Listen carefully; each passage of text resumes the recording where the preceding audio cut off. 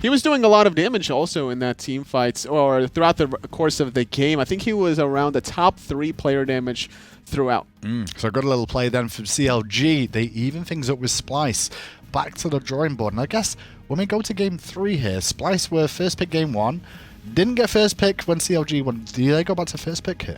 I think you should go back to first pick at the end of the day. You want to be able to get whatever your identity is. I think for Splyce, it's the Naja potentially first, or maybe even the Chernobog, recognizing that Cyno really likes to play that in the jungle role. I think Homiefe does too as well, but they would prefer it on Snoopy, I think. Splyce CLG going at it. Both really vying for that third spot. Let's get in to the game 3 then and find out what will happen in the picks and bans phase. Because I do feel if Splyce are first pick, CLG will be like, you know what? No Chernobog. Yeah, I definitely agree with you. And Just knowing CLG, I don't think they're too worried about TheBest playing the Freya the way he did in the last game. I think they're more worried about the outwash after game 1. So we might see the outwash ban yet again. But I do think the outwash is dependent, I would say, based off what the rest of the team is to protect him. Because an outwash really needs some protection overall. Plenty of damage, not a lot of survivability. Morrigan and Ratatoska taken away. Plenty of options for CLG to ban something here. Will be the Chernobog. Chernobog stripped away. Athena's open. Freya's open. Baron's open. So Athena's a safe call here, right? Athena should be the safe call, but it is going to be the first pick outwash. I don't think CLG was going to actually take this, but look, if you take away one of those 3 gods, you're going to lose the other 2, right? So by taking the outwash, you're guaranteed one of the remaining 3. Thing is, though, Anatoly, was CLG going to pick outwash first pick? Is there a reason to say outwash first? They weren't. But the thing is, Freya and Baron's open now, so Splyce really wants to. They can run both of these gods. But that's a lot of magical damage if you're really going to do that.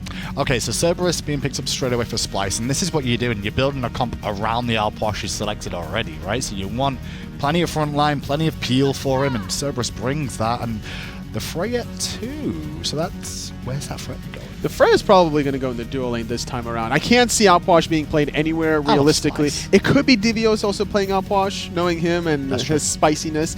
He could run that. But against CLG's Discordia Athena already, I don't think outwash is moving anytime soon. So how are you locked in for CLG? More than likely for the dual lane there. Into the counterbans we go. This is getting very interesting.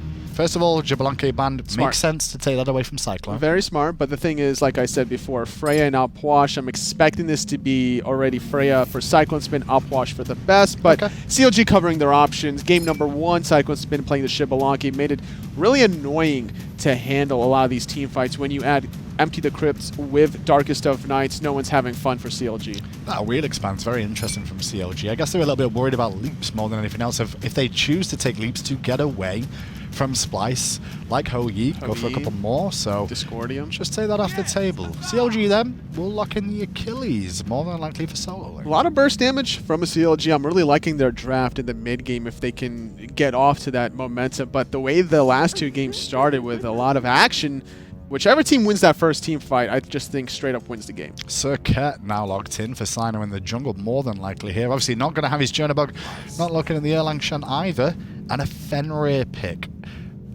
Fenrir support for Aror is something that's screaming to me. We've seen it time and time again, but we've seen plenty of Circuit supports in that time. Divios likes the Fenrir as well. Wouldn't be surprised if we see it there. Cerberus could potentially go for Aror, trying to do a lot of magical damage. The Cerberus-Freya combo, Ghastly Breath, shredding the protections, allows Freya to do even more damage. The Bastet pick means that you guys at home now get to vote for who you think will win.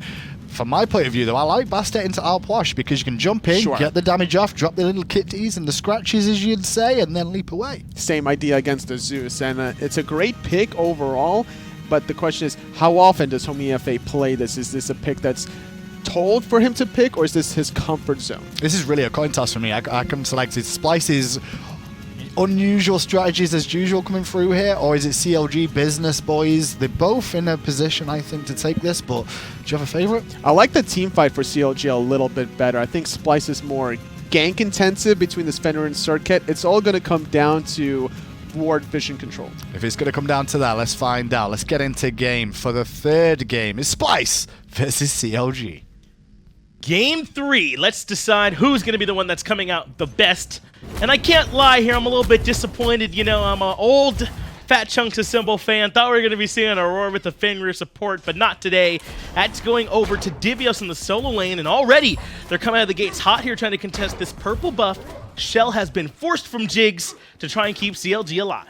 They will manage to confirm their own purple, though, and that's a positive start there for Snoopy and Jigz. However, everything comes at a price, and in this case, it's Aror and Cyclone. They didn't get the purple buff. Okay, no problem. Won't waste any more time. Just head straight away to that red buff. And now they're going to loop back around, try to catch this wave in time. Should be able to defend their own purple buff too, no problem. But seems like Jigz and Snoopy are interested in contesting here. They are going to use the dive bomb from Snoopy for the initiation. Aror gets chunked early on, level 2, coming out for both members of CLG. And that's enough of an advantage for them to be able to take that purple buff. And for anybody wondering what exactly Aror is doing in that moment, if you hug that purple buff wall, you will actually still get credited for the minions that are underneath the tower. You are in range from that area, so just a smart play from the Cerberus trying to make up for that little bit of misfarm. Able to recognize that's the best way to still be a part of some of that farm, as there appears to be pressure in every lane right now for CLG. fineokay has it over Divios right now. Jigz and Snoopy certainly have it over there in the dual lane as well, but how will TheBest continue to fare here in the mid lane up against Hurriwind's Discordia? In game 1, it felt like that was the instrumental piece that really kind of helped facilitate their win. Is it going to be the same thing here? It does seem a little bit more well thought out by CLG in terms of their response to this outwash composition. Best is certainly going to have a much harder time looking for proper ult placements throughout the map, because Homiefe, he can just full on commit and then jump right back out as if nothing ever happened. It's so much easier for him. Homie can kind of jump in, drop all that damage, and as you said, safely reposition, which means Best has got to be patient and very calculated about when he's going to be using his own cooldowns. And not just that, but the cast can get in the way of the fight and kind of body block the range on those corpses too.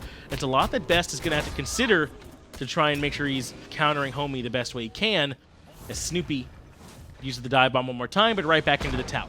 Smart aggression there from Cyclone and Aror. They already had the wave pressure. They knew that purple buff was just about to respawn. They won't be able to make it to CLG's red buff in time, but having stripped away that purple buff is still a very strong benefit for the team to keep in mind.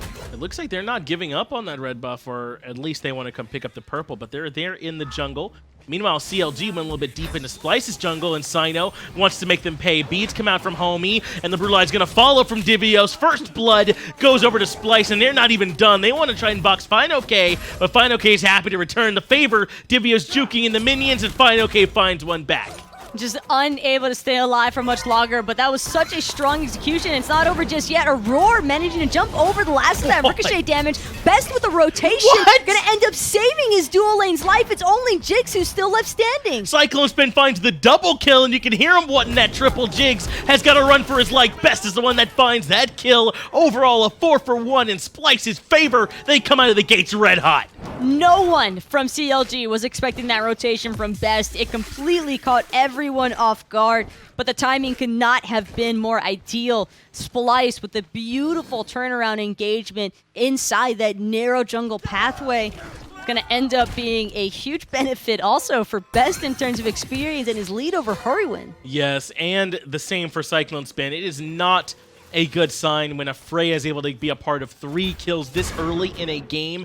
2-0-1 now, with Snoopy just ticking over to level 4. And that burst damage from the Freya is what I think really caught CLG so off guard in that jungle. They were right. CycloneSpin was low, but unfortunately it just wasn't enough. He was dead by rights had it not been for Best. Best completely saved that entire engagement for Splyce. And it's such a strong start for the team. Probably the last thing CLG wanted to see happen also. Aror now looking to contest. Paralyzing Spit, though, won't be able to steal the buff this time around. Instead, he's going to have to watch that one fade away into Jigz' name. But I also want to point out what Cyno did on that kill commit for Homiefe. I love how Divios stayed positioned where Homiefe had initially pounced from, just in case he bounced back. And then Cyno knew he could ambush forward, blink in, find the Cobra's Kiss into the Deathbane damage, and that would just be the end of it, because Homie had no jump away left. Red buff invade, though, is coming out from Splyce. They want to be here right for the time of it. They've got 4 members. Cyno goes in first onto Homie. The apple is right there in response, but Best is going to be right there to follow up as well. The banish means that now Jigz doesn't have a ton of options, and CycloneSpin brings him home. Snoopy has to dive bomb away. Aror is right there to follow up, but red buff should be going the way of Splyce. fineokay with the solo kill, though, onto Divios. This doggo has not had a very fun time here up against the Achilles, and fineokay could be CLG's saving grace right now. Yes. Because one side of the map having control is very important here when your dual lane is being so heavily manhandled by Splyce. That could be very curious on the side of CLG, is how are they going to answer out to this fineokay, who's having a nice job up against Divios so far on this Finra. He's got 2 kills now, so it's not as if Divios is all the way out of this matchup yet, but you're right. It's going to be harder and harder for him to fight back in by himself. Cyno, who's done a good job so far, might have to show a little bit more attention to this solo side. I'm actually on the contrary to that, Finch. I want to see Cyno not pay any attention to solo side, just kind of cut your losses and just accept the fact that Divios is going to end up being a little bit behind and hope to continue extending your lead on the sides of the map that are winning. Should fineokay start to rotate, then maybe we can see a little bit more involvement from Divios, but for the time being, this Fenrir should just prioritize farming out that solo lane for as long as possible, completely ignoring where fineokay rotates to, unless Divios can already be there ahead of time. That's not a bad idea to just try and let Divios tread water here in the solo lane, but Homie is going to make that very difficult. I thought we'd see more attention on the upwash, but Homie considering trying to cause more problems for Divios, who doesn't seem to realize this is happening. He's trying to take this boxing matchup against fineokay, but Homie, with a ward to make sure he's himself is not getting ganked, is not really looking for any opportunity here. It's because he was waiting for the jump commit. Until Divios uses that Unchained for forward action, there's no real reason for the Bastet to try and find a kill. Otherwise, Divios is just going to be able to leap away and then use Brutalize to create even more space, and that ends up being a drop kill, if not a possible turnaround kill. And Divios also, he doesn't have that Ragnarok available. Divios is getting a lot of pressure onto his tier 1 tower right now, but he does manage to force fineokay back. The clear advantage very heavily going the way of fineokay, but look at that. He's leveling up his 2, the steroid in particular, over the leap or the brutalize. Just trying to get as much survivability in lane as possible with that physical lifesteal. It's 35% at all ranks. It starts from the very base, but the physical power is something that can be a little bit undervalued from some.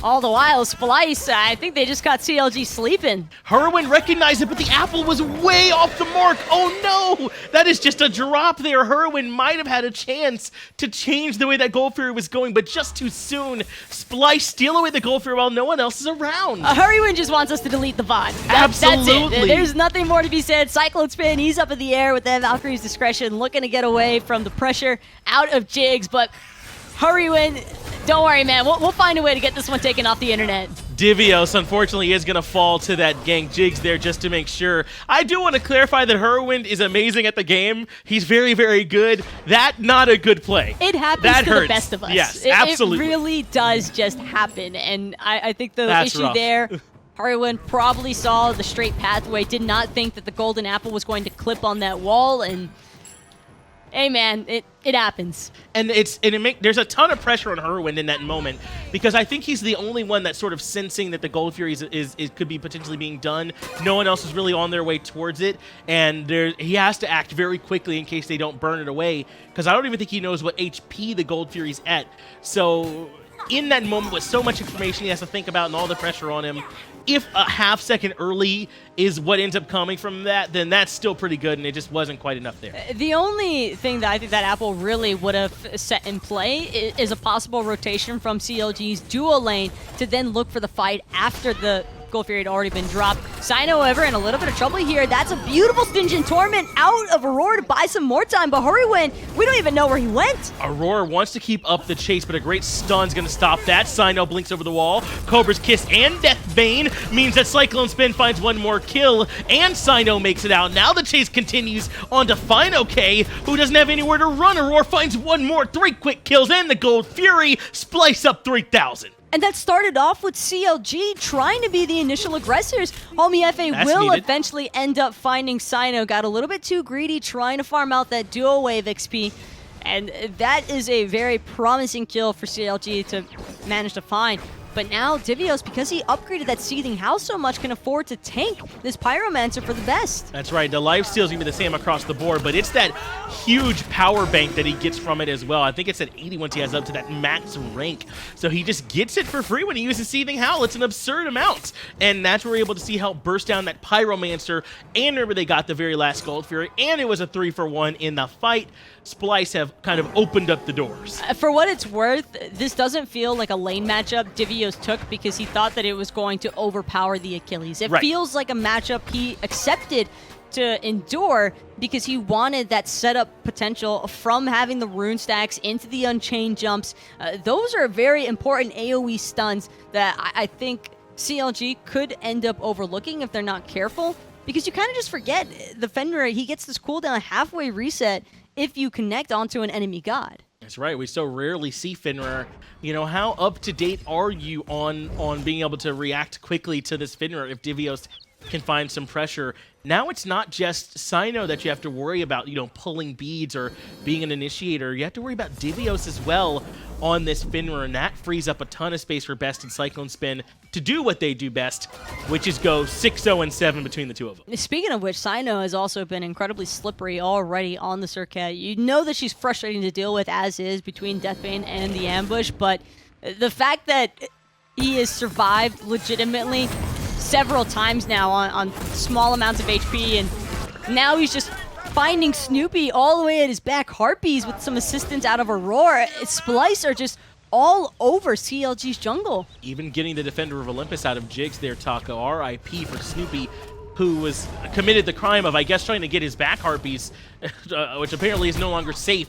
Hurriwind gets chunked by Auror's paralyzing spin, but can't find the Strife either. Hurriwind has to use Shell here, as now TheBest has joined in. They force out the Golden Apple, but it's too much pressure from the dog, and now Jigz has to dash away. Aror practically soloed Hurriwind with that Ghastly Breath paralyzing spit combo, and Hurriwind, there's not a whole lot he could have honestly done there outside of what he did do. He just has to try and keep moving forward to get back to his T2 towers, but unable to close the gap there, and Splyce more than happy to claim the life of that Discordia. fineokay was farming away as Tier 1 tower goes down. Really not much he could have done, I feel, to prevent that up against 4, and Splyce continued to force the issue. What was mere moments ago a very even game is now 5,300 gold in Splyce's favor and 6,300 experience. We're only 13 minutes in. That is a huge amount to be down if you're CLG trying to find a way to fight back in. A lot of that lead is on Aror over Jigz, so it's not as bad as it could be. But you also have to worry about CycloneSpin as CLG are going for the Fire Giant. Keep in mind, this ended up being Splyce's demise over there in Game 2, but now it's CLG with the Hail Mary call of their own fashion. I think they're going to end up taking it. Absolutely. Nobody from Splyce is prepared for this, because who is prepared for the 13.5-minute Fire Giant when you're up 7,000 gold? CLG grab the objective, and they do so relatively safely. Splyce will respond with a Gold Fury of their own, but CLG have kind of given up on this laning phase. They're moving around as a big unit. CLG, though, 5 members strong, could potentially choose to shove down this T2 tower over in solo instead. They're all going to opt back to base. They want to spend that little bit of gold that they just acquired before gearing up for their next round of tower sieges. And this makes sense. This isn't a Fire Giant so they can burn down a bunch of objectives. This is a Fire Giant to try and make up for their deficit, right? So they can stand toe-to-toe with Splyce on more even footing, and to make sure Splyce can't grab it for themselves. Unfortunately, they do give up a bit on the back, the Gold Fury, the red buff, a lot of farm, but now they should be able to stand a little bit more even. When you consider how close the experience is between these two teams, though, I'm a little bit surprised that Splyce had zero vision available whatsoever on that Fire Giant. You have to kind of take it into consideration at this level of play. I haven't seen anybody on the map in a long time, and Fire Giant, while it seems absurd at times, 1340, Taco. It's still a possibility. You're absolutely right. You know, that's something that you just have to make sure that you're aware of, even if it seems so far-fetched, and CLG able to capitalize on that one well. But again, it doesn't look like CLG are using this one to try and make any sieges of their own. just as sort of a stopgap tool to help them close that distance between themselves and Splyce. As fineokay looks for yet another blue buff in vain. It's just the game delay. That's all that CLG are after, is to delay the match as long as possible, buy their carries a little bit more time to get online. Hurriwind definitely been struggling on Discordia. He's been under a lot of pressure, however, from Aror. Cerberus kind of flourishing very heavily here throughout the mid and early, and that was the original mindset. It feels like that was Splyce's whole intention, was to have Aror not only serving as a frontlining member, but this pseudo carry also. Certainly feeling that way, at least right now, isn't it? He's so far ahead of Jigz. Level 14 puts him even with just about everyone except for Cyno and CycloneSpin, which means he's got plenty of base damage helping him out. Pyromancer being looked at now by CLG, and with no one from Splyce around, that should be theirs, and it will be. Again, not really looking for more of a push, just trying to find some objectives that Splyce are sleeping on. Splyce definitely making sure to give respect where it's due to CLG. They don't want to risk entering into any lopsided engagements. Otherwise, CLG, one team wipe could very well turn this game back into their favor with that Fire Giant. CLG really have kind of given up on this laning phase already. They've decided to just break it up and let's start moving right into the mid game now. And so that's what we're seeing happen right now. They're moving around as a 5-man unit. They're grabbing objectives. fineokay with that tier 1 tower down is a part of these fights very often. And that's what we talked about earlier. He had a bit of a lead. Having him in could slow down Splyce's aggression some. The fact that CLG have been able to dictate the pacing of this match so heavily from one solid call to secure the Fire Giant, that's already done miles for the team. And now CLG, they've had a chance to farm out a little bit also. Sure, it was as a whole unit, but they're still definitely on par with where they should be in terms of Splyce's experience. Yeah, they're keeping relatively even, I would say. There's definitely still an experience gap that's there. Definitely still a lot of gold they're down. But this could have been a way worse had CLG not been able to slow this down and kind of buy themselves some time. But what Splyce has also done is not fight into this. They haven't been giving up picks. You know, they haven't allowed for CLG to climb back in a big way. It's just been a bit more of a we'll fight again 4 minutes from now. How about that? And Cyno encountering the League of Archers over there in solo as well. Love Seems that. like fineokay and the team managed to build up a pretty hefty amount of minions over there. But that's just plenty of XP. I don't think any jungler is ever going to complain about getting free waves. And Taco, we talked about Homie on this backstep towards the beginning of the game, that we liked it as a way to try and punish the best on this off-wash and dive it. But we really haven't seen much of that. Homie spent a lot more attention on Divios and solo. I almost can't fault it either, however. Hurriwind forced into those purification beats just to avoid the Sinjin Torment out of Aror, but now that means go for fineokay and Jigz. Both of them are going to get the taunt in onto Best. That pulls away the purification beats, but Hurriwind just getting aggressed on so heavily on the back line. And he is going to be the first one that falls. Fatal Strike off the mark from fineokay. A nice 2-man stun and sets up Snoopy to come in and find some kills. Divios does eventually bring fineokay down, so it's 2 for 1 in Splyce's favor. 2-man banished. Takes the beads from Snoopy. 3-man taunt from Jigz is the response. Best has to Aegis, but CycloneSpin unchecked, unfettered, and untamed. He takes down one more kill. Now Homie has got to run for his life. But Divios, he managed to teleport back in time. Now he's giving chase onto Jigz, who's only level 12. Divios is 16. Aror will blink forward, but the paralyzing spit is not going to manage to connect. This is Splyce, however, coming out on top of this team fight that started in CLG's jungle. They have been able to win it. It was Aror who initially just kind of forced that fight to happen by trying to find an initiation onto Hurriwind with that Stygian Torment, and he did end up falling. But now Splyce can come back and grab the Gold Fury, a 3 for 1 overall, and they win one more fight as soon as the Fire Giant buff is down. Divios more than healthy enough to tank up that Gold Fury for his team just in case, and the 3 members having been dead, CLG had no room to try and contest the Gold Fury. If they move forward, then they just end up getting collapsed on by Splyce. Just a really well-executed team fight from Splyce. And look how far ahead Cyno and CycloneSpin are. Level 18 for both of them, the highest levels in the game. And they really have been 2 of the key difference makers here in this game so far. Now, CLG are around for this Fire Giant, Taco. They're not going to let this one go down for free. They've got the Sentry and the Vision, but Splyce haven't had a chance to come in and flex yet. I think the other problem, too, is that CLG, fineokay, for as much of a lead as he had throughout the laning phase, hasn't been able to do a whole lot with it into the composition from Splyce. Achilles, sure, he can deal a ton of damage by himself, but into an entire team, you want a little bit more team fighting capability, and I think that Fender is doing a significantly better job at providing that for the team. Collapse onto fineokay, forces out the Fatal Strike. Cobra's Kiss pulls him back. Best has plenty of damage. Nice stun from Aror. CycloneSpin finds the kill. And easy as you like, a pick for Splyce. fineokay a little bit too far forward. That's a free tier 1 tower now for Splyce. They can fall back towards this Fire Giant if they wanted, or force the issue in right, because Snoopy and Homie are not even here. Homiefe will start wrapping around, however, recognizing that his team is in a pretty tough spot right now. I like Cyno waiting in that ambush.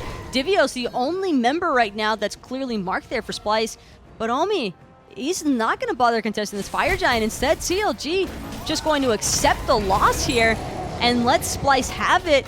They're looking for the split push instead. Snoopy will claim that T1 over in duo. Homie got the T1 in mid.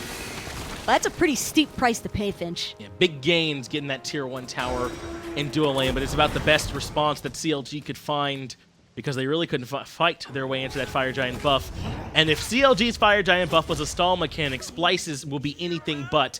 They will be trying to push down some structures here. They have a 10,000 gold lead at this point in the map. They're nearly tripled up in the kills column as well, so they really shouldn't have too much trouble trying to break down the door. Splyce have really just buckled down on crowd control.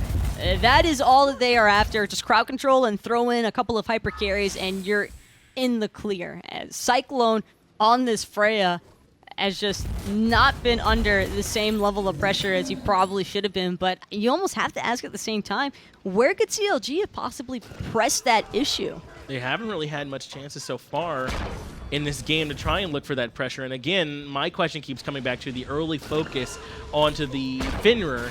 And yes, the Finrer did fall behind early, but I mean, that didn't really get much of anywhere. And now CycloneSpin 6-0-5 and Best is 2-0-10, and the tier 2 tower in mid is down.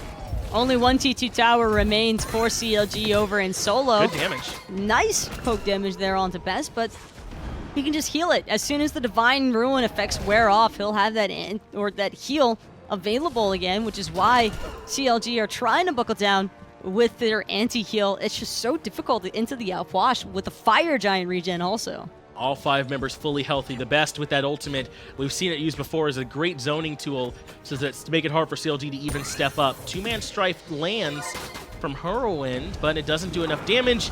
Divios is going to be the initiator, looking for someone with the Ragnarok. Cyno wants to keep fineokay busy. They are going to drop down the big ultimate coming out from the Best, and Jigz is the one that's going to pay the price. Won't be able to run through that ultimate from the Alpwash. 2 members already dead for CLG, and the Phoenix is about to join them there as mid lane ends up falling first to the likes of Splyce. Now they have a choice. Phoenix on left side already exposed, but very few minions. Tier 2 tower could be an easy target for them in right. They're going to wait till Divios rejoins. And Taco, they might just be going right up for the end. It's a 5v3. CLG came back in game 2 and were able to force a game 3, but Splyce want to try and end it all right here, right now. Titan already down to half HP. Homie is getting in some good damage, but Splyce are focusing on the objective and the objective only. fineokay takes down Best. It's too little too late. Splyce win the set over CLG. They were so close there at the end. fineokay just didn't have enough time to finish off with those Fatal Strike combinations into the rest of his team damage. Love the target focus there out of Splyce also. They completely ignored everybody from CLG and just went fully for that Titan. And they worked out for them, able to grab that set victory. And we talked about this toward the beginning. These teams could each be trying to get that number 3 spot, trying to catch up to Space Station. Splyce looking good here, but who's your MVP? Is it Best in that one? Is it CycloneSpin? Is it like Divios' Finrer? Who stuck out for you? It felt like a little bit of a team effort, but I'm pretty split between Cyclone and Best. Their follow-up was almost flawless throughout the entirety of that match. I do also want to say maybe we could just give it to Aror. I mean, he on a regular basis true. was soloing people, was initiating fights. That Cerberus was hard to deal with as well. That was an absolute nightmare for Hurriwind, and I honestly do feel bad for him after watching Aror. Just no, not even the Apple instance underneath the Gold Fury, just the constant level of focus and attention. Aror was all over the Discordia, and it just felt like CLG didn't really have a way to compensate for their mid laner being pressured so heavily. Does end up going in favor of Splyce. Make sure you vote in the poll, and I'm going to make sure we get it over to the desk so we can get their thoughts. What a turn up for the Bucks. I did not see that one coming today. I expected CLG to take down Splyce, but Aror, man. It works out, apparently, Aror. if your name is TheBest and your teammates are the rest of Splyce. Honestly, you got to give credit to where credit is due. Aror on the Cerberus, playing a lights out. So much setup. That one time where he was like by the enemy back Harpies, harassing Hurriwind just to Stygian torment him. Baited the rest of CLG in a really bad spot. Yeah, really awkward situation. And I think that's one of the credits to Splyce, because they are the team that will not necessarily experiment, but pull out the unusual picks that people aren't used to and make it work synergistically. And CLG, I feel like they are really a team that struggled quite clearly against those curveballs. Remember how I said in the pregame that whoever wins the team fight in the beginning of the game would win the game? Splyce got a 4-for-1. All right, show off. But you were right, yeah. You did call it, and that is what happened. TheBest will be MVP. Of course it is. It's Aror, and he got top player damage. But that's a 100% win ratio for Aror this split in the SPL. It seems that way, at least. I don't know if it's going to be this split or also inside the whole Season 5, because when Benji played it against Aphrodite's around the spring, it was working out for him as well.